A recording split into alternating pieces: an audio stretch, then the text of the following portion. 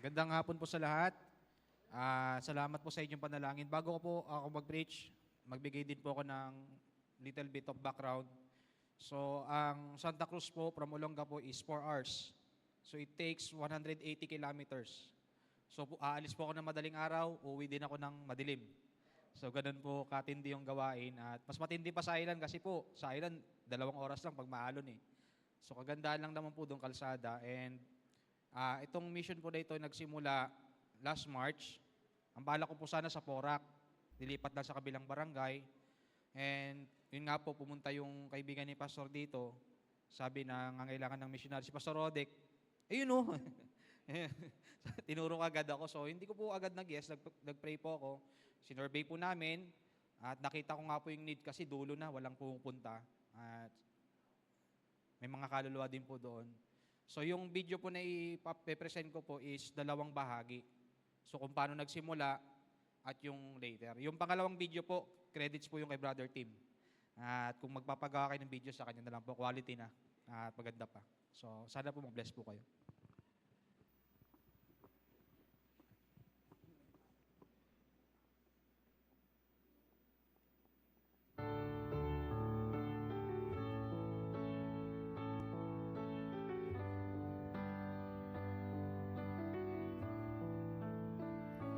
God was working on my heart.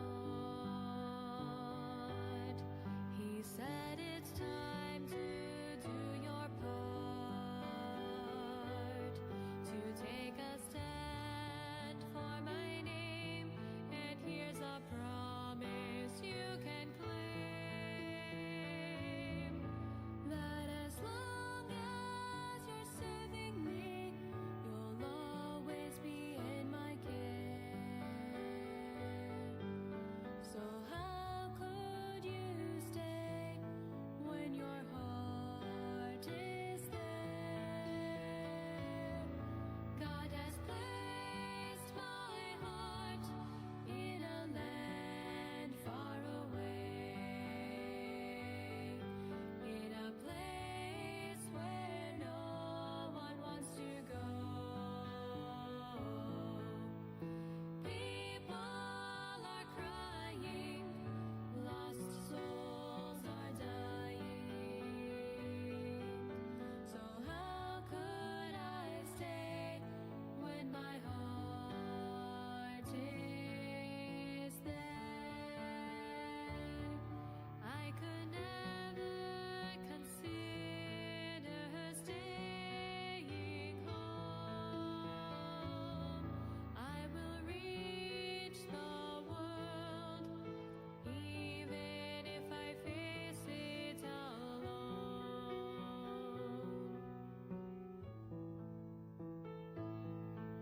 So how could I stay when my heart is there? God has placed my heart in a land far away, in a place where no one wants to go. People are crying, lost souls are dying. So how could I stay when my Ba tayo magkaroon ng kapahinga sa langit? Alam niyo po dito, puro iyak po dito eh. Dito puro problema eh. Pero alam niyo, gusto ko po kayong i-encourage sa kapag tinanggap yung Panginoon doon sa langit, wala nang luha doon. Wala nang pagtangis doon. Wala nang kamatayan doon, ito, wala nang lamay doon. So ang encouragement ko po sa bawat isa, sa mga kamag-anak ko po, ang pakiusap ko po sa inyo, hanggat naririnig niyo po yung salita, ang tanggapin niyo po yung Panginoon. Hindi po relihiyon na makapagliligtas po sa atin.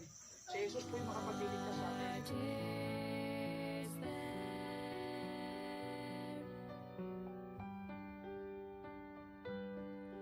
When my heart is there.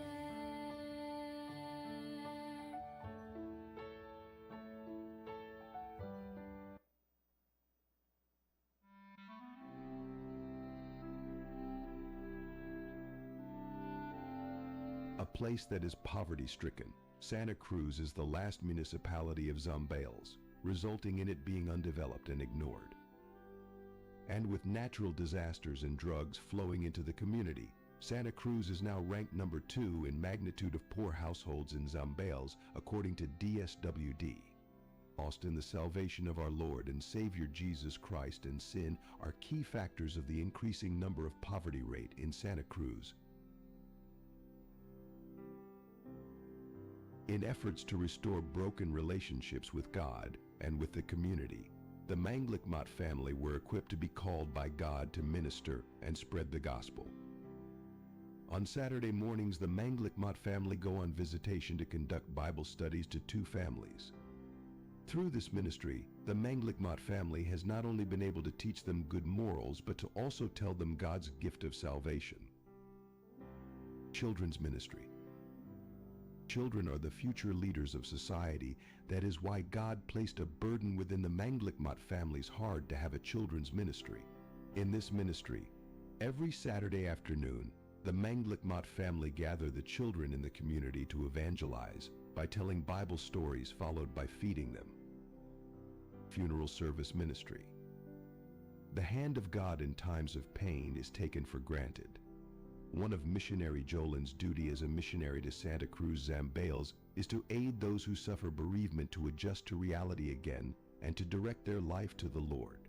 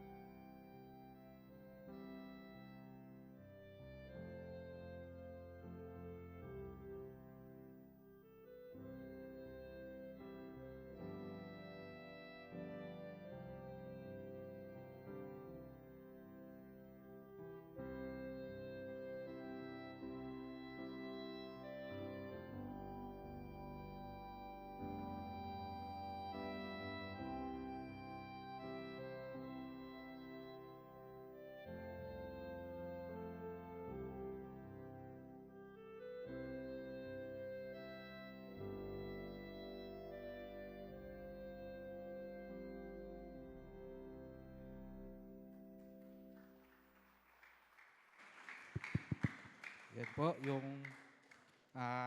munting gawain po ng Panginoon pinagkatiwala po sa atin. Batang-bata pa po yan. Mag-isang taon na po pala, bilis ng panahon. So sa March po, and blessed po ako kasi I know I am not perfect, but I am serving a perfect God. And His grace is amazing sa ating pong buhay. Kaya po ngayong umaga, hayaan niyo po akong makapangaral po ng salita ng Diyos to encourage believers also na tayo ay may mga kanya-kanyang journey sa buhay. So, to begin this message, kinakabahan po ako eh. So, pag-pray niyo po ako, parang naninibago po ako na sa maraming tao. So, pag-pray niyo po ako. So, tayo po tayong lahat. Basahin po natin sa Mark chapter 1, verse 9 to 13. So, hayaan niyo po, subukan ko pong bilisan at subukan niyo rin po mag-response. Okay po. Mark chapter 1, verse 9 to 13. Sabi ng Bible, "And it came to pass in those days that Jesus came from Nazareth of Galilee and was baptized of John in Jordan. And straightway coming up out of the water, he saw the heavens open, and the Spirit like a dove descending upon him. And there came a voice from heaven saying, Thou art my beloved Son, in whom I am well pleased. And immediately the Spirit driveth him into the wilderness." Last verse, "And he was there in the wilderness 40 days, tempted of Satan, and was with the wild beast, and the angels ministered unto him." The message this afternoon is Jesus and His journey. Jesus and His journey. Tayo po'y manalangin. Panginoong Diyos, Lord God, wala po akong kayang gawin sa hapon na ito. Maliban lamang ang presensya mo mapasa amin, mapasa akin, Panginoon. Lord, itago niyo po ko sa inyo pong cross na kung saan, Lord, pundasyon ng aming pagmimisyon. Sa hapon na ito, Lord, alam ko, Panginoon, nakakantok, Ngunit Lord, gisingin mo kami ninyo pong salita. We pray Lord for the power and moving of the Holy Spirit. And Lord, magligtas ka ng kaluluwa. Tumawag ka ng maraming manggagawa, Panginoon. Lord, alam namin, the world, Panginoon, is getting worse and worse.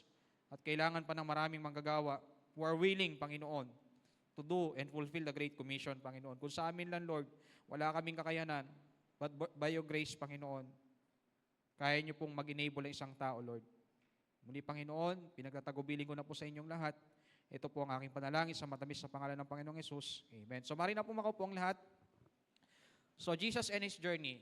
Kapag journey po ang pinag-uusapan, ang hindi ko makalimutan sa aking buhay yung nag-travel kami to Tacloban. That is not an easy journey. Biro nyo po, 9 days kaming nasa pagka-travel. So from Olonga po, stop over in Laguna. Ano po pasarap ng pahirap. Yung una yung pagkain pa namin, masasarap pa Nakakatulog pa kami sa POM. Tapos, karton na lang. But we have to sacrifice because we are doing the ministry na kung saan ay, yun nga, nag-burden po sa, nag-found ng Dorcas Project. Hindi po may madaling journey, napakahirap. Pero gusto ko pong ipaalam sa inyo na yung journey nga na yun, makikita mo, sa Hernani, nagpunta kami, sobrang dilim. Tapos yung mga kabaong naglipatan sa kabila. Tapos meron pa nagche-checkpoint na walang mobile. Saan ka nakakita nun? So alam namin po, ayun yung mga taong outsider. No? Paagandahin na lang po natin. Pero God is taking care of us. Sa Hernani, sa Giwan, grabe po talaga. At pagpasok po namin ng Tacloban, doon na po yung matinding labanan. Kasi doon talaga, pagpasok mo sa San Juanico Bridge, talagang nangangamoy patay. Payat na nga po ko noon, lalo pa ako pumayat Pero alam nyo, yung journey na yun napakahaba. At doon nga po nasubok yung aming pasensya, nasubok yung aming pagkatao. Talagang people are very desperate. At one time pa, nagkaroon pa ng problema sa pagta-travel. Mayroong konting hindi pagkakaunawaan. And then, pumunta kami sa mga tao, mamigay ng pagkain, gospel. At ang pinaka-worst po na na-experience ko doon yung mapunta sa may mass grave. Sari-saring tao, first time ko nakakita. Pero alam nyo, mahirap man ang journey. It was fulfilling, enjoying, and I am satisfied. Kung hindi dahil sa ministry na yon, hindi po ako lumago. So, hindi po ako na-train. Bible school muna, hindi practical work. Prior pa nga yung Yolanda, meron pa kami pinuntahan doon sa may Subic. Preparation na po pala yun. Yung mga namatay sa landslide. Paano ka magwi-witness na 5 anak niya namatay, misis niya, siya lang natira? So, hindi mahirap, hindi madali ang journey. Pero alam nyo, kapag ginawa natin para sa Panginoon, it's all good, sabi nga ni Pastor. So ngayon pong hapon, ano po bang pinaka-background ng Mark? So dito sa Mark, ang pinoportray po dito, Jesus Christ portray Himself as a servant. And Mark chapter 1 is the beginning of Jesus Christ's journey and the beginning of the gospel. And yun nga, purpose of the gospel, Mark's gospel is often considered the oldest of the 4 gospel, and it is written to provide an account of Jesus' life, death, and resurrection. This chapter, emphasis on action, highlight the significance of Jesus' miraculous work teachings. Sino po ang audience? Mark is thought to be writing primarily for a Gentile audience, likely in Rome. So ang audience po ng Mark ay mga hintil doon sa may Roma. Pero nakakapag-minister pa rin ang Panginoon sa mga kalahi niya. Ang settings, pag sinabing settings, yung ano ng istorya, settings ng story. The wilderness begins with the appearance of John the Baptist in the wilderness. Kung makikita niyo po dyan sa Mark chapter 1, verse 1 to 8. A place of symbolizing both spiritual desolation and preparation. Pastor, ano ba yung spiritual desolation? Let me explain po sa tulong ng Panginoon. Spiritual desolation, ano yung purpose niya? Is the inner struggle. Sa buhay natin, may mga journey po tayo sa bilang isang Kristiyano, tama? napakarami po nating struggle. Maybe you are struggling emotionally. Maybe you are struggling financially, mentally. Yun po yung mga struggle natin. And spiritual desolation is heaviness or sense of separation from God, peace, or purpose. Marahil yung struggle mo, inisip mo wala ka ng purpose, nagkamali ka, nagkasala ka, hindi ka na pwedeng gamitin. Pero sa journey natin, sometimes madadapa tayo, magkakamali tayo, pero we don't stay that way. Hindi natin kailangan magstay ng the same. At ano pa yung spiritual desolation? Awareness of dependence on God and opportunity growth. Yung mga spiritual desolation pala, ito daw ay pagkakataon para lumago. Or sa madaling salita, it is all about testing and refining. Bilang isang Kristiyano, dumadarang po tayo sa apoy at tinetesting tayo ng Panginoon. One time, tinanong ko si Sir Saril kasi nung nagsisimula po ako sa Santa Cruz, talagang may struggle ka agad. Sabi ko, Sir, tanong ko sa kanya, gulat pa nga si Sir Saril eh. Sir, pag ikaw namatayan ka ba, magpapatuloy ka ba? Not knowing na kumukuha din ako sa kanya ng lakas. Ano sagot niya? Siyempre, kalooban ng Panginoon nyo, tanggapin mo yun. Yung simple lang na word na yun, na-encourage. And minsan sa buhay natin, napakarami nating question. And another settings dito sa Jordan River. Jordan River is a place of cleansing and new beginnings. Di ba doon binaptize si Jesus Christ? Lahat tayo bilang isang Kristiyano, may mga journey tayo sa buhay. How far Jesus journey in Mark chapter 1? Sa Mark chapter 1 verse 9, nakarecord po dito, from Nazareth to Jordan River, Jesus travels from Nazareth in Galilee to Jordan River, where he is baptized by John. The approximate distance between Nazareth and traditional baptismal sites near Jericho is about 60 to 70 miles. Gaano po kalayo yon? Tinignan ko po, 96 to 112 kilometers. Parang dito hanggang Butolan. I-assume natin lakad lang. So, kinumpute ko po hindi naman ito, inano ko lang, kinumpute ko. So, kung magta-travel ka by car, for example, 80 km per hour yung tatakbo mo to 112 kilometers. So, 1.4 hours or 1 hour and 20 minutes. Ito lakad. Kung maglalakad ka ng 60 to 70 miles or 96 to 112 kilometers, pag naglakad ka, average of walking speed, sabihin na natin 5 km per hour ang speed natin, moderate. Yung hours walk per day, assumes 8 hours per day natin. So yung distance covered per day, 5 km per hour times 8 hours, ilan? So 112 divided by 40 km per day, 2.8 days or 3 days na lakaran.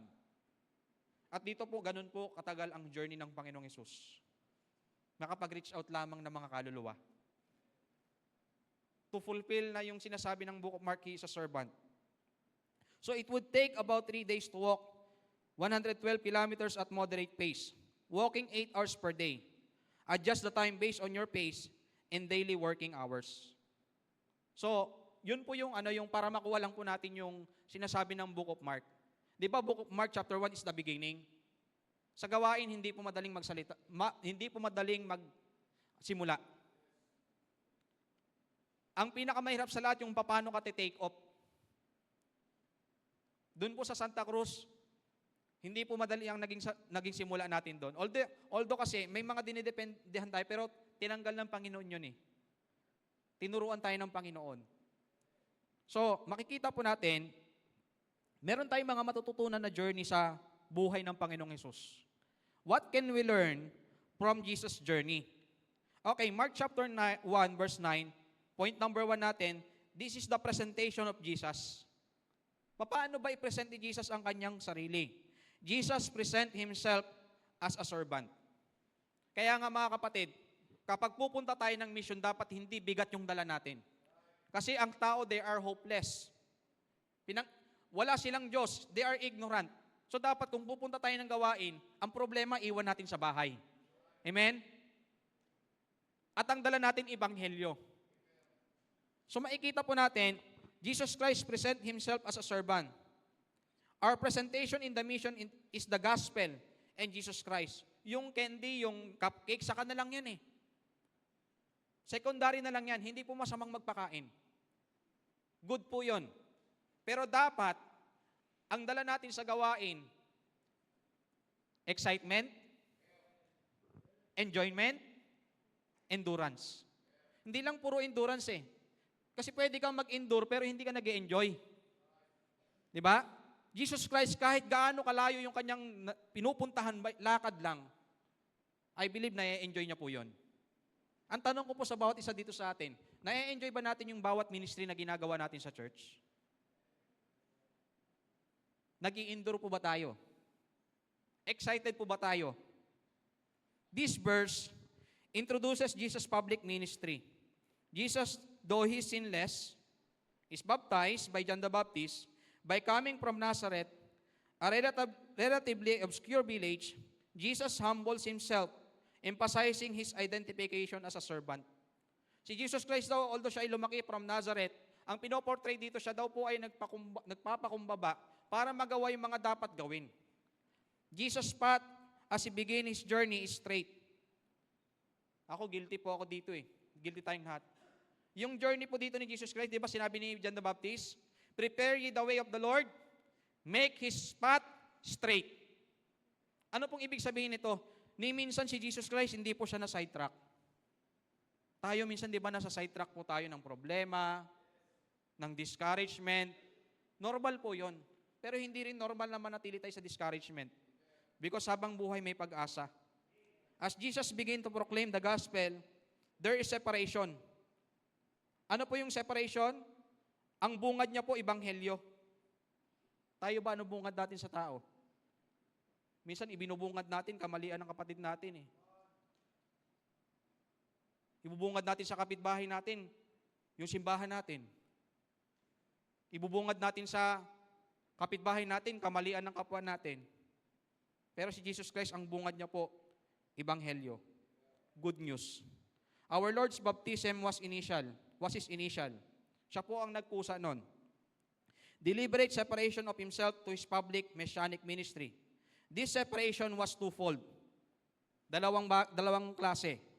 Sabi, yung una, letter a separation from His former kind of life.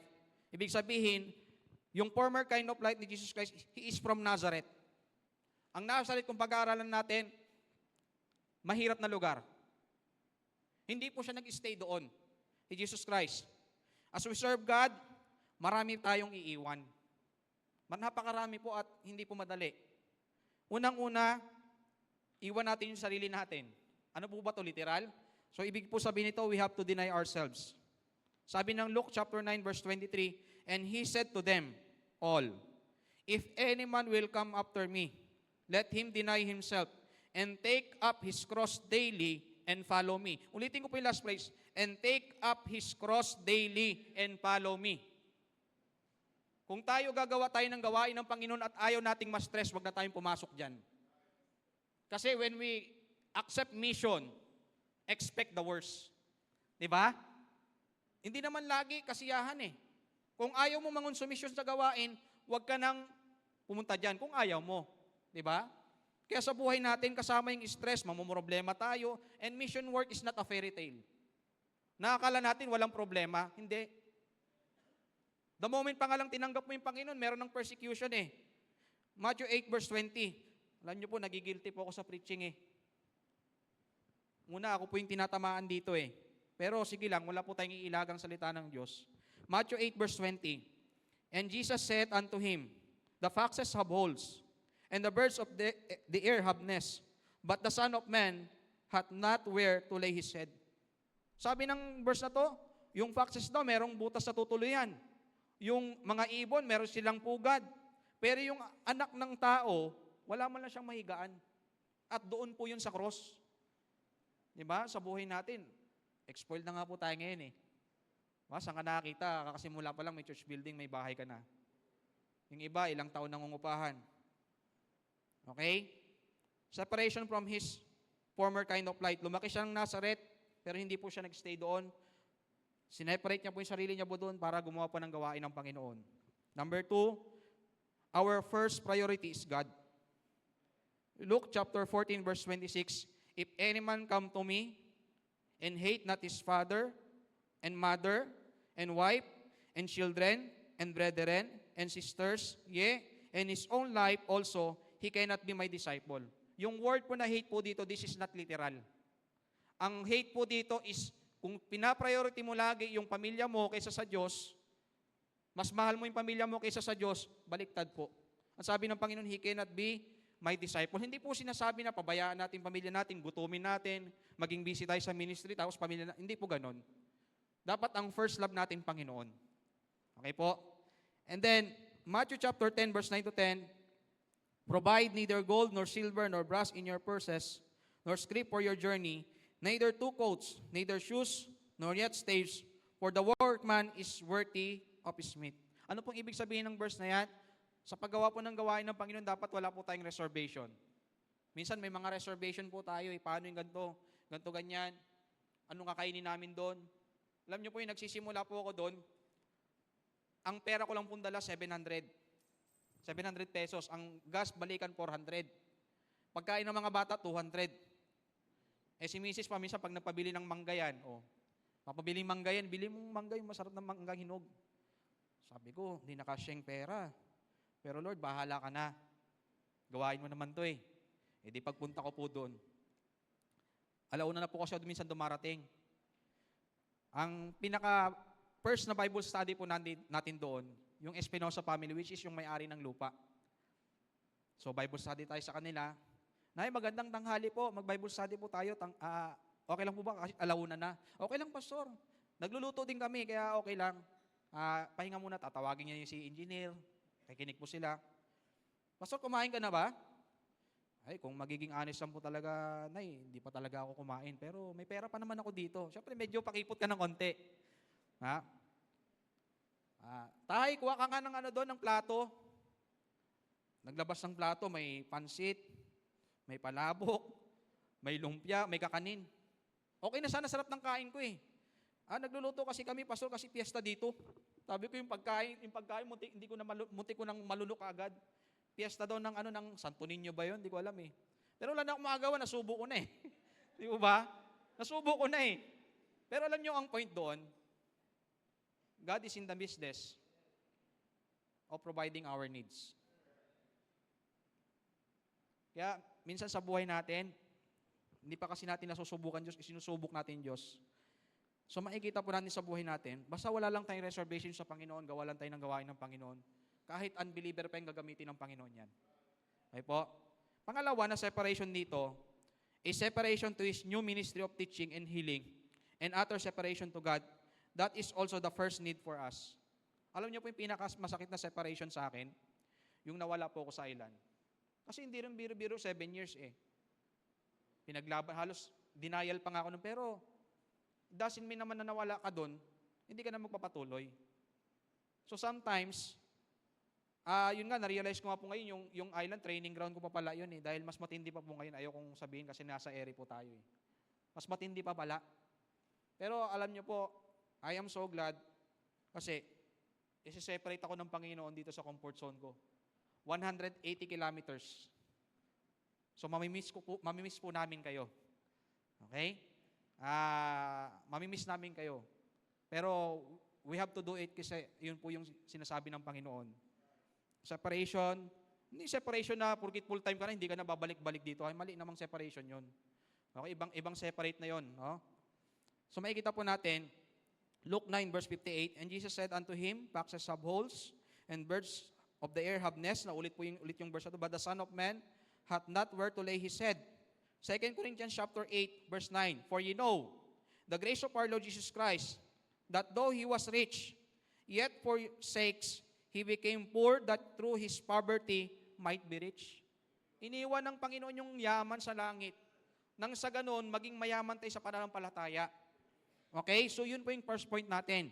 The first point, makita natin dito, number 1, the presentation of Jesus. Jesus Christ present Himself as a servant. And then pangalawa, Mark chapter 1 verse 10. Mark chapter 1 verse 10, and straightway, coming up out of the water.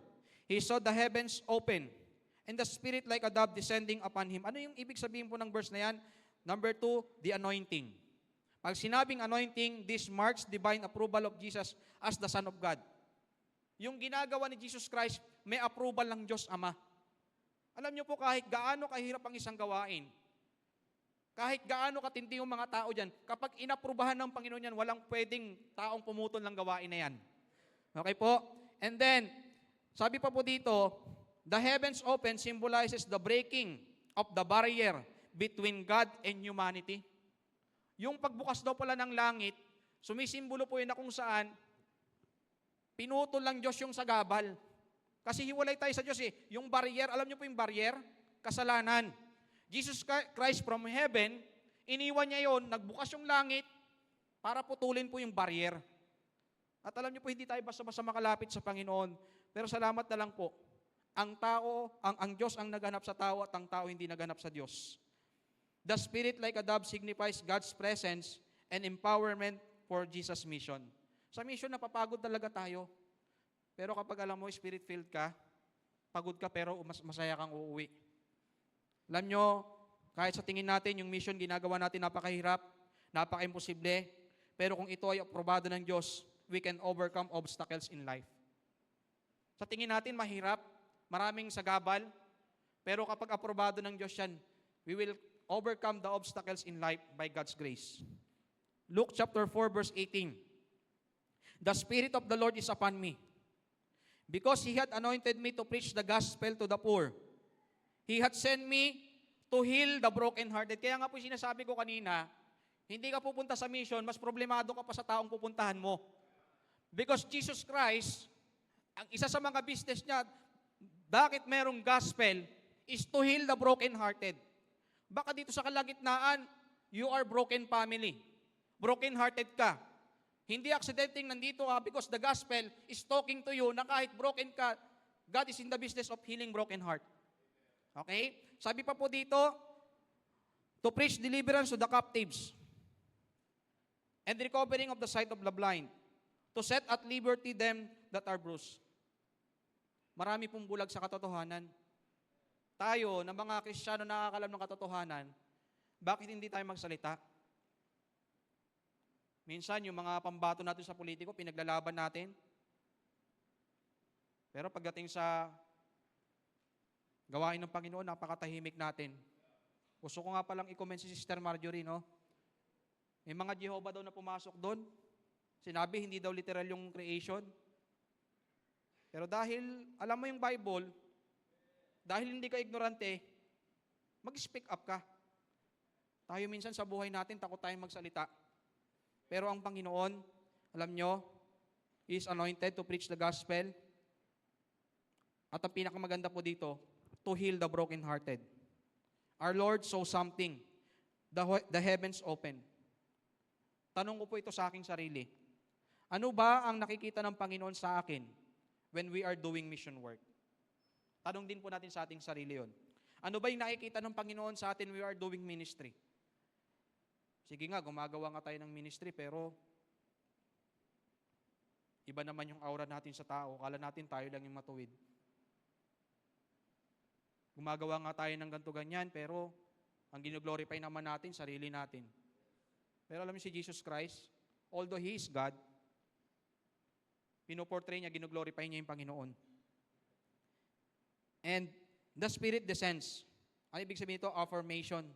Pag sinabing affirmation, paninindigan of His identity. Our identity as Christians, pinapanindigan ba natin? Sana po yung conviction natin, hindi lang po dito sa loob ng simbahan. Paglabas. Lagi ko po sinasabi, hindi man tayo perfecto, pero at least yung pananampalataya natin, panindigan po natin. In Jesus Christ, ganun po siya. Nung siya po ay merong journey. The Father speaks. It means approval of His mission. Ibig sabihin, kinalulugdan ng Diyos Ama yung ginagawa ng Panginoong Jesucristo. And our Lord felt something. The Spirit descending upon Him. That is also the second requirements for us. We must know the heavens open to our praying and endowment with power from on high. Napakahalaga po na bago tayo gumagawa ng isang gawain, panalangin. Lord, Hindi ko po kaya makipag-usap. Hindi ko po kaya na humarap sa tao. Kaya Lord, ikaw ang source of strength ko. Please, allow me to minister sa gawain. Isaiah 42 verse 1, Behold, my servant whom I uphold, mine elect, in whom my soul delighted, I have put my spirit upon him, he shall bring forth judgment to the Gentiles. Ano pong sinasabi ng verse na to? Kapag ang Panginoon delighted sa ginagawa natin, He will fill us with the Holy Spirit also. Kasi nga gusto niya tayo eh. Giliw na giliw po siya sa atin. Luke 3 verse 22, And the Holy Ghost descended in a bodily shape, like a dove, upon him. And a voice came from heaven, which said, Thou art my beloved Son, in thee I am well pleased. Ano pong ibig sabihin nito? Yung Diyos Ama, proud sa kanyang anak. Palit natin yung pangalan natin dito. This is brother so and so. My beloved Son, in whom I am well pleased. So makikita po natin dito sa buhay ni Jesus Christ, nung meron po siyang journey, mahirap, pero aprobado ng Diyos. He's anointed by the Holy Ghost. Anointed by God. And then, Mark chapter 1 verse 11, second to the last po. Mark chapter 1 verse 11, And there came a voice from heaven saying, Thou art my beloved Son, in whom I am well pleased. Ano pong ibig sabihin yan? Assuring. When we say assuring, to make sure, certain, or safe. Or in other words sa Tagalog, kasiguraduhan. This verse reflects Jesus as suffering servant. Si Jesus Christ nagkaroon din po ng suffering. Kaya dapat ang suffering sa buhay natin hindi po dapat bago. Kung si Jesus na Diyos nahirapan, tayo din po makakaranas po niyan. Okay po? Pero hindi ibig sabihin na nahihirapan ka, pinabayaan ka na ng Diyos. Hindi ibig sabihin na wala kang kasama sa gawain, pinabayaan ka na ng Diyos. Hindi ibig sabihin yung panalangin mo na napakatagal, matagal sagutin, pinabayaan ka na ng Diyos. Hindi po yun ang ibig sabihin. Ang ibig sabihin lang yan, gusto lang siguraduhin ng Panginoon kung talagang magpapatuloy pa tayo kahit may mga struggle sa buhay. Ang panawagan ng Diyos, hindi biro. May halong sakripisyo. May mga paghihirap. Pero kapag sumunod ka, sigurado yung presensya niya sa iyong buhay. May halong hirap. May sakripisyo. Pero kapag tayo susunod sa Panginoon, mga kapatid, yung presensya ng Panginoon nasa ating buhay. Matthew 28 verse 20, ilang beses na po nabanggit ng mga nag-speak po dito, teaching them to observe all things. Whatsoever I have commanded you. Sumunod lang tayo. We teach the gospel, teach about God. Pag sinunod natin yun, ano sabi? And lo, I am with you always. Hindi sinabing, I am with you every Friday. Always. Even unto the end of the world. Amen. Kahit may mga gera-gera na dyan, hindi ka mag-worry kasi, alam mo, yung presensya ng Panginoon nasa iyo. Don't say na mga tao hindi makikinig, Pastor. Hindi makikinig yung mga tao, titigas ng puso eh. Just follow His instruction sa mission, then you will see how God works. Ang problema po kasi sa atin minsan, pinangungunahan natin yung Diyos. Hindi nananaig po ang ating willingness. Luke chapter 9, verse 35, pero bago po yan, ang sabi pa po dito, when He says go, just go and He will do the rest. Pag sinabi ng Panginoon, go, go lang tayo, and He will do the rest. Luke chapter 9, verse 35, And there came a voice out of the cloud saying, This is my beloved Son, hear Him. Mga kapatid, wala pong mahirap sa gawain ng Panginoon. Walang matigas na puso sa salita ng Diyos. Kasi kapag salita ng Panginoon yung daladala natin, ang mismo ang mag-i-impress sa puso ng tao na yan, makinig ka dyan, pastor yan, missionary yan. Hindi naman po tayo ang magliligtas eh. Just preach the word of God, preach the gospel, and God will impress sa puso ng tao na yan. Alam niyo po, si engineer, alam ni Brother Alexis yan, mataray yun, napakasungit. One time, nagba-Bible study kami, saktong nangyari yung massacre po doon sa may barangay Pagatpat. Sa mission po, meron kaming series about God, Who is God? Kasi gusto po natin makilala nila kung sino yung Diyos. One time, ang topic namin, God is good. Sabi ko, alam nyo tayo, napakabuti ng Panginoon sa atin, no? Buhay pa tayo. Pero tayo, sabi ko, ano lang, just reflection lang ngayon. Masasabi ba nating good ang Panginoon sa buhay ni Doktora? Mayaman nga siya pero nawalan siya ng buhay kaagad. Namatay siya pero tayo buhay pa. Alam niyo mamaya-maya, tinanggal niya yung salamin niya, nagpuna siya ng luha. Ako iiyak na rin sana. Pinigilan ko lang po eh. Umiyak ako nung pag-alis ko na. Sabi ko, Lord, grabe ka kumilos. Kapag pala sinunod ang iyo pong salita, ang puso ng mga tao, ang Diyos ang magpapalambot. And now, ngayon po si engineer, kahit hindi na po tawagin, kusa na pong pupunta doon. Napakasungit po nun, kahit nga ako, naiilang doon eh, pero alam niyo po, walang mataas na tao sa salita ng Diyos. Walang matigas na puso sa salita ng Diyos. Just preach the word of God, lakasan natin yung loob natin, God will do the impossible to become possible. Okay? Luke chapter 9 verse 35, yun nga po, hear ye him. Ang Diyos ang mangungusap sa mga tao. Jesus Christ at Jordan received a preliminary assuring. As to sonship, thou art my beloved son. As to character, in whom I am well pleased, that is very important for us. We need the assurance of the Holy Spirit and motives well-pleasing to God. Ang nagkakatalo lang naman po sa mission work, yung motibo po natin. Sometimes I am guilty. Always. Kaya nga one time, habang nag-drive ako, sabi ko sa Panginoon, Lord, not to brag hindi para magmalinis po sa inyo. Kasi minsan, di ba, may parang Holy Spirit na maglilid sa atin. Sabi ko, Lord, kung ano man yung pansarili kong gawain, tanggalin mo. Palitan mo ng kagustuhan mo. Sinagot kagad ng Panginoon. Meron po kasi tayong young people na mga mini-minister doon. Siyempre, bago, pagkain, ganito, ganyan. Talagang excited. One time, nag-announce ako doon, okay lang ba wala mo ng merienda dala si pastor ngayon? Okay lang po, pastor. Di, ministry na sa church. Ang dumating, nag-iisang young people lang. Tapos medyo may delay pa sa pag-iisip. Sabi ko, isa lang dumating, huwag ka nang ano to. Pero alam niyo po, may conviction eh. Sabi ng Panginoon, ano ngayon kung isa lang? Turuan mo, willing yan eh. Kaya alam niyo po, sabi ko, Lord, grabe ka talaga. Umilos. Kasi minsan tayo, bumabase tayo sa dami. Hindi naman tayo against doon. Okay? Pero yun nga, yung karakter natin sa mission, ano ba yung motibo natin? Kaya ba tayo nagpaparami para masabing sikat tayo? Or talagang kaluluwa po ang habol natin? Alam niyo po, one time, alam ni Pastor Rodek yan. Nasa Gama po ako eh, may bahay na doon. Tapos yung kwarto pa doon, pinahiram saan, may aircon. Pero inalis tayo ng Panginoon doon. Sabi ni Pastor, stop ka muna. Sabi ko, ba naman to, stop muna. Siyempre, papasakop tayo.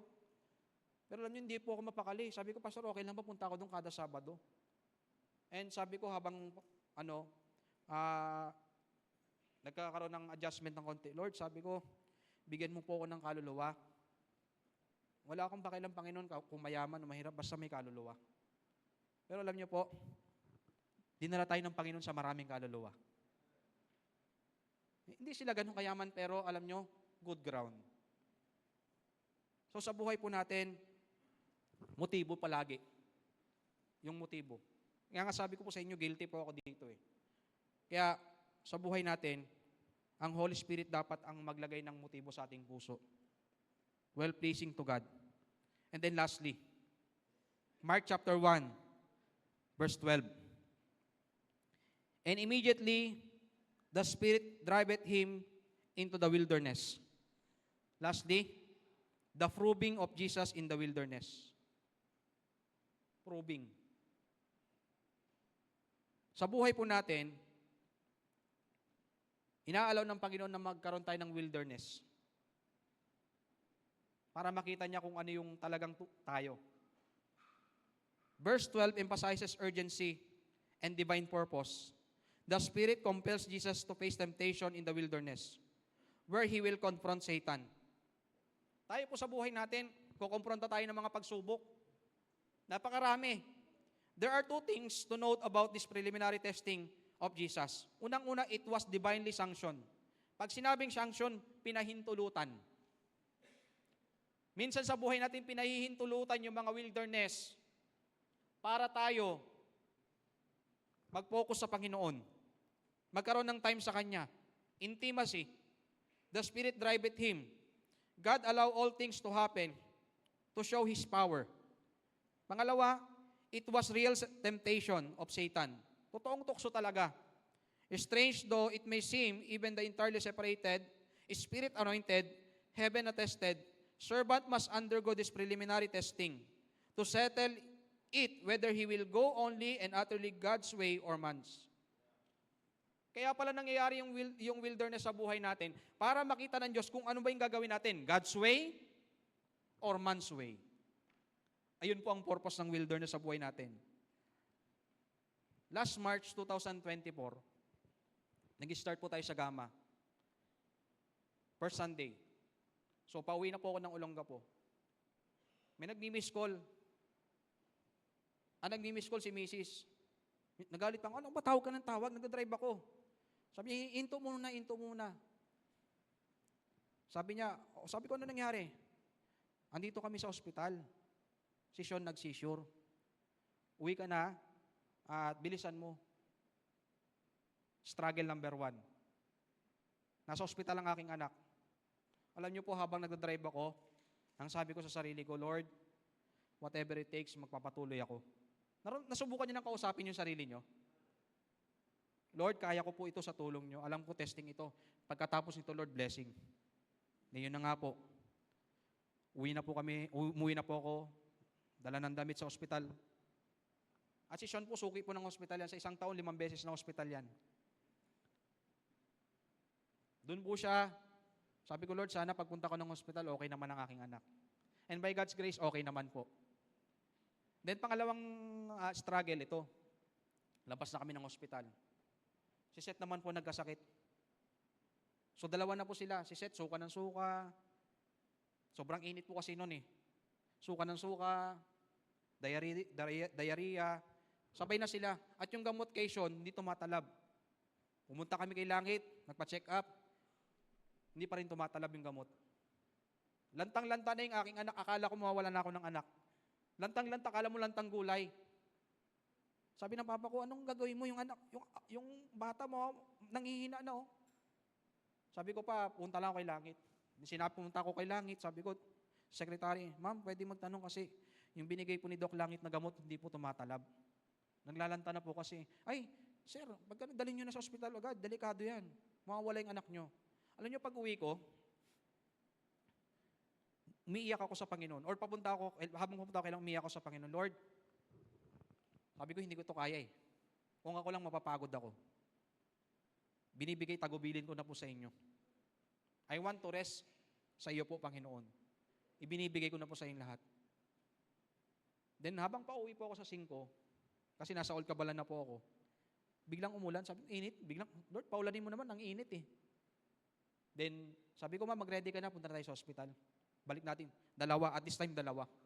Sabi ko, Lord, paano namin nalagaan to? 2 anak namin, dadalhin na sa hospital. Kasi si Seth, ganun din po, nang lalanta talaga sila. Hindi tumatalab yung gamot. Alam yung gamot, panalangin. Lord, this is not my business. Show me your power. At Panginoon, kahit anong mangyari, magpo-full time kami sa Santa Cruz. This is my vow sa iyo. Pangako ko to sa iyo, Panginoon. Hindi ko po babaliin, hindi ako nagsasalitan tapos, Lord, whatever it takes. Alam ko, mahirap Santa Cruz, pero magpo-full time kami, Panginoon. Pakita mo lang yung kapangyarihan mo sa amin. Di pag uwi ko sa bahay, nakaredy na si Mrs., umuulan. Inutusan ko pa kasi Tito Rodel na mag-ihatid, tapos mag-motor ako. Sabi niya, mamaya na, umuulan pa eh. Ang lakas ng ulan. Alam niyo po maya-maya, a split minutes or 5 minutes, si Sean biglang bumangon. Nagkatatalon-talon pati si Seth. Lumakas bigla. Sabi ko, Lord, ulan lang pala yung sagot. Titingnan natin, napakalit na bagay. Pero that time, I witnessed the power of God. God shows His power. Mga kapatid, hindi ko mo nakakaranas ka ng wilderness sa buhay. Sunod-sunod ang problema mo. Wala yung kamay ng Diyos. All we have to do, call unto Him. Umamin tayo, hindi natin kaya. Di pagkatapos nun, siyempre, napaalis ka po tayo sa Gama. Ayaw nga pala na may gawain din doon. Kumbaga, business property daw yun. Ang pinagpipray namin ni Pastor, bro, hanap ka ng mga upahan niya. Sabi ko, kung mangungupahan pa, kababayad mo pa lang, May utang ka na ulit. Sabi ko, Lord, bago ang building, Panginoon, bigyan mo kaming kaluluwa. First family, Espinosa. Misola muna. Tapos Espinosa, regular Bible study. Then, sabi ko, Lord, bigyan mo kami ng building para talagang sesettle na kami doon. O ng lupa. Alam niyo po, nakakatuwa yung Panginoon eh. Nag-post ako sa may Facebook page ng Santa Cruz, looking for lot, gagawa ng simbahan. Alam niyo po, nakilala ko yung ahente sa online. Ay, Pastor, ako po si ganito ganyan, ahente po ako. Nakita ko po kasi yung post nyo, naghahanap kayo ng lupa. Oh, sabi ko kasi dyan na kami titira. Mahirap ang upan. Oo nga, Pastor. Sige, Pastor, punta ka dito. Ipakita ko sa iyo yung mga lupa. Unang punta niya, in-offer niya sa iyo. Nagkita kami. Doon sa mismong bahay ni Doktora doon taga doon siya sa taas. Kita kami. Pastor, may offer ako sa iyo maganda. Maganda, di punta kami. Ito po, matatawa kay dito. Ito, Pastor, malaki to. Ito yung may-ari, oh. Sabi ko, ma'am, saan yung lupa? Doon, Pastor, sa gitna. Anong gitna? Gitna po ng gubat. Sabi ko, ma'am, church po yung hindi gubat. Di tawa siya. Sabi ko, ma'am, niloloko mo lang po yata ko eh. Pastor, meron pang isa sa likod ng high school. Pinuntahan namin. Yun nga, namit ko si engineer. Sabi ko, may high school. Una, nalungkot ako. Sabi ko, liblib naman dito, pero may high school. Tapos maraming dikit-dikit na bahay. Sabi ko, kaluluwa to. Di ba? Malungkot eh. Kaluluwa to. And then, yun nga po, to make the long story short, yung lupa po na yun, ibinigay po sa atin. Unang presyo, 300,000. Sabi, Pastor, tawaran mo bro, tawaran mo. Sabi ko, Nay, hindi po kasi kami mayaman. Kasi nakausap ni Pastor, ayaw talaga eh. Malit lang po simbahan namin. Sige po pala, Nay, una na po kami. Maya-maya tumawag si Nanay, Pastor, saglit lang. May sasabihin na, ano po yun, Nay? Ganun. Pastor, ganito na lang, kasi may ahente. Sabi mo, gawing 262, sabi mo kay Pastor. Ibibigay yung sobra sa ahente. Kinausap po si Pastor. Sige, kunin na natin. Answered prayer. Ngayon po, by building. I'm not focusing sa material things. Ang pinupunto ko po dito, marami tayong struggle. Napakaraming struggle. Pero dapat yung tandaan, hindi ko mo may wilderness ka sa buhay. Absent ang Panginoon sa iyo. Sabi ng Matthew 28 verse 20, and lo, I am with you always.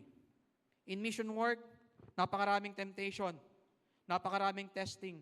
But in order for us to overcome those temptation and testing is the Word of God. His promises and His power. Luke chapter 4 verse 1 to 4, and Jesus being full of the Holy Ghost returned from Jordan and was led by the Spirit into the wilderness, being 40 days tempted of the devil, and those days he did not eat nothing. And when they were ended, he afterward hungered. And the devil said unto him, If thou be the Son of God, command this stone that it made bread. And Jesus answered him, saying, It is written, that man shall not live by bread alone, but by every word of God. Another story. Sabi ko, Lord, kung talagang dito ako sa Santa Cruz, kausapin mo yung asawa ko. Sabi ko gano'n. Matawa kayo, hindi po yun ha. Kausapin mo yung asawa ko, Lord. Sabi ko, Mama, nakita ko yung Santa Cruz, 4 hours travel. Ang ganda. Willing ka ba magstay doon? Layo-layo noon, sabi ko sa kanya. Anong sagot niya? Nakapunta nga ako ng Olongapo, galing Negros eh. Doon pa kaya? Lumakas talaga yung loob ko. Sabi ko, ayos Lord. Kasi diba, dapat hindi lang ikaw yung tinawag. Sabi niya, nakapunta nga ako ng Negros to Olongapo. Hahamunin mo pa ako, Santa Cruz lang? Sabi niya. Alam nyo, nag-flashback or nag-reflect ako sa buhay ko. Una, struggle eh. Pero pagkatapos ng biyaya. Wilderness. Ano ba yung wilderness? A place of testing and preparation. A place of encounter with God. A place of provision. Manna from heaven. Do you remember when the Israelites walking in the wilderness 40 years? Nagugutom sila nung nilaglag ng Panginoon. Manna from heaven. Nagreklamo pa nga sila. Lord, wala bang karne? Binigyan silang karne. Sa buhay natin, hindi ko mo wilderness, walang blessing. Okay? It's a picture of place wherein you are far away from distractions. and worldly comforts to focus on relationship with God. So we can depend on Him 100%. And lastly, it is a place of purification. Kasi po sa wilderness, talagang wala kang ibang makikita ron. Wala kang ibang aasahan, kundi ang Panginoon.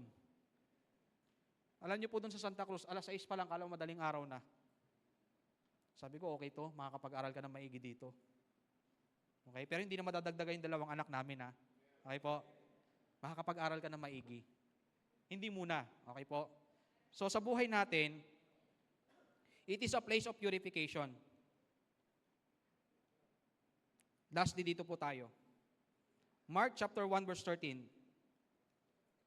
Mark chapter 1 verse 13. Tignan po natin, ha. And he was there in the wilderness 40 days. 40 days. Tempted of Satan. And was with the wilderness. Was with the wild beasts. Alam nyo, minsan nakikita natin sa verse na ito yung first part lang eh. Look at the last phrase. And the angels ministered unto him. Tandaan po natin, when we are experiencing wilderness in life, look at the bright side. Sabi ng Bible, nasa wilderness man ng Panginoong Yesus, and the angels ministered unto him. Sino yung mga angels na yon? Sa buhay natin, di naman bababa yung literal na angel eh. Minsan sa buhay natin, gagamit ang tao na hindi mo kilala to provide for your needs. Nagugutom ka, mag-Bible study ka, meron kang kakanin dyan. Di ba? Nagugutom ka, wala kang pamasahe. Di ba?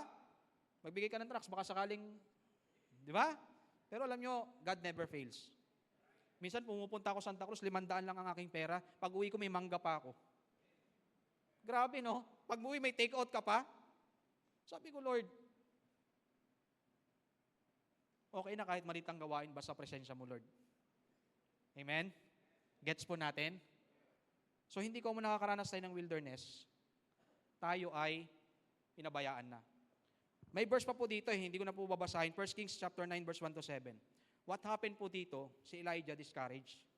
Kasi inahunting po siya ng babae, ni Jezebel. Biro mo si Elijah, tingnan natin yung accomplishment nito. Ang daming accomplishment ito, ang daming victory sa buhay. Pero isa lang ang nakapagbigay ng struggle sa kanya, babae. Ito nangangahulugan, hindi ko mo tayo gumagawa ng gawain pag hindi tayo manghihina. Manghihina at manghihina din tayo, but we know na dapat kung ano yung source of strength po natin. To make the long story short, nasa may juniper tree siya. Meron pang ang cake sa ulo niya eh. Binigyan siya ng cake. Pero ano sabi ng Panginoon sa kanya sa verse 7, shortcut na lang po natin. And the angel of the Lord came again the second time and touched him and said, Arise and eat, because the journey is too great for thee. Sa buhay natin, ganyan din ang sinasabi ng Panginoon. Huwag kang manatili diyan sa sitwasyon mo. Bangon ka sapagkat meron ka pang journey at yung journey mo ay mas great pa. Okay? So sa buhay po natin, basta manaig lang sa atin sa mission yung willingness, then we will see great things from God. Manaig lang po yung willingness sa atin, we will see great things from God. In journey of mission, may mga bagay na masusubok sa atin. Let all who would serve the Lord of heaven in this sinful world observe carefully these requirements. Okay, pangangailangan bago ang isang bagay.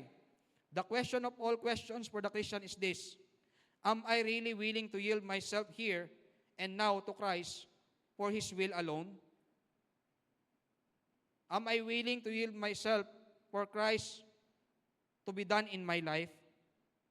You know, mga kapatid, the greatest journey na nating nasaksahan, alam niyo po, the greatest journey na aking nasaksihan sa Bible, in Luke 19 verse 10.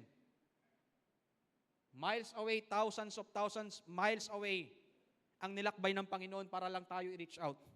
Luke 19 verse 10. For the Son of Man is come to seek and to save that which was lost. Ang Panginoon nga, iniwan yung langit na napakalayo para lang sa atin. Yung 180 kilometers, basic na lang yun sa Panginoon. Diba? Mahirap, pero kapag manaig ang willingness mo, you will see great things from God. So, yun lang po yung mensahe ngayong hapon.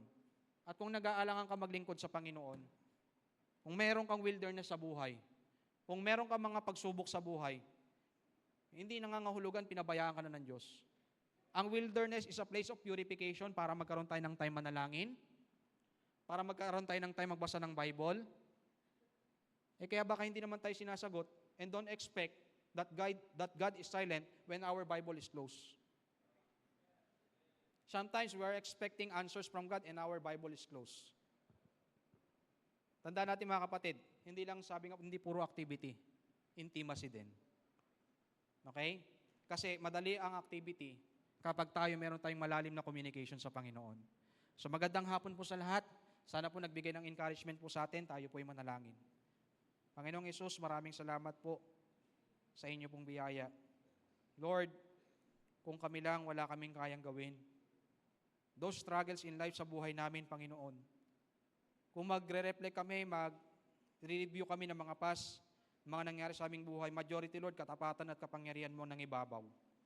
Panginoon, help us, Lord, na when we're doing mission work, alam namin, Panginoon, na may mga bagay, Lord, na may mga hadlang. Pero, Lord, tanggalin mo yung alinlangan namin, palitan mo ng katapangan, Lord, at pag-ibig sa iyo. Lord, bigyan niyo pa kami ng maraming kaluluwa, na sa ganun marami pang taong maabot. Bless niyo po yung simbahan ito, Panginoon. Alam namin, Lord, na ang simbahan na mission-minded, aprobado mo, pinagpapala mo. Sa mga namumuno po sa amin, habain niyo pa yung kanilang buhay so they can influence more servants, missionary, sa mission field sapagkat di pa namin na-fulfill ang Great Commission, Panginoon. Lord, si Jesus Christ po, Panginoon, si Jesus Christ, napakalayo, tiniis niya para makagawa ng gawain because ang kanyang motibo, Lord, parang alang ka. Ganun din po sa buhay namin. Alam po, Lord, lahat kami guilty. Baguhin niyo po yung aming sariling hangarin, palitan niyo po ng sariling kagustuhan. Kung meron man po dito na didiskorahe, Panginoon, di-discourage, I pray, Lord, na tulungan mo siya na bumangon muli, magpatuloy sapagkat ang buhay, Lord, habang buhay may pag-asa. We will see, Panginoon, yung greatness mo sa aming buhay and you can do impossible things na kung saan, Lord, makita, mangibabaw na Diyos ay buhay. Lord, maging sariwa po sa puso namin ang mga mensahe from first week to last week. Pinupuri ka namin, pinapasalamatan sa matamis na pangalan ng Panginoong Hesus. Amen. Amen. Let's all stand. Tayo po tayo lahat. Habang iniintay po natin ating pong song leader, ating musician, we're gonna sing a song.